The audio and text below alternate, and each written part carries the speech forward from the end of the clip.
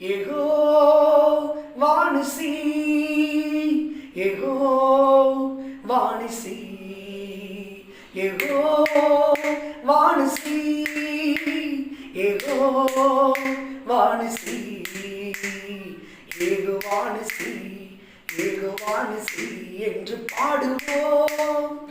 எங்கள் கீதம் வெற்றி கீதமே, அல்லேலூயா, எங்கள் கீதம் வெற்றி கீதமே, அல்லேலூயா. பிரியமானவர்களே, இந்த வேத தியான நேரத்தில் கூட சங்கீதம் 20 ஒரு வசனத்தை நான் உங்கள் முன்பாக வைக்கிறேன்.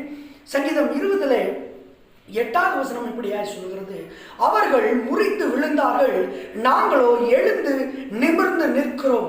அவர்கள், நாங்கள். யார் அவர்கள்?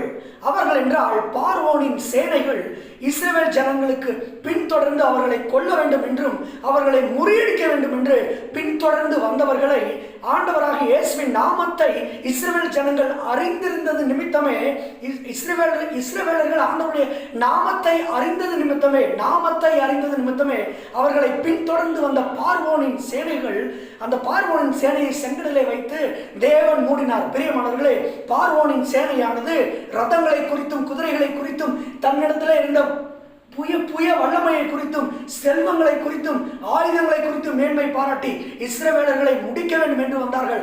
ஆனால் முறிந்து விழுந்தார்கள். இஸ்ரவேலராகிய அவர்களோ எழுந்து நிமிர்ந்து நின்றார்கள். இந்த வார்த்தையை கேட்டுக்கொண்டிருக்கிற நீங்கள், உங்களை கூட அநேக பிரச்சனைகள் உங்களை நொறுக்கலாம், அநேக பாடுகள், அநேக மனிதர்கள், அநேக சத்துருக்களின் போராட்டங்கள் உங்களை முறித்து உங்களை நொறுக்கி கீழே தள்ளலாம் என்று கூட வரலாம். ஆனால் நீங்கள் தேவனுடைய நாமத்தை அறிந்திருக்கிறபடினால், கர்த்தர் என்ற நாமத்தை அறிந்திருக்கிறபடினால், இயேசு என்ற நாமத்தை நீங்கள் அறிந்திருக்கிறபடினால், நீங்களும் உங்கள் சந்ததியும் தேவன் ஒருபோதும் கைவிட மாட்டார். நீங்கள் தோற்று போவது போல தெரியும், ஆனால் இறுதியாக ஜெயத்தை கர்த்தர் உங்களுக்கே தருவார். Have a nice day. God bless you.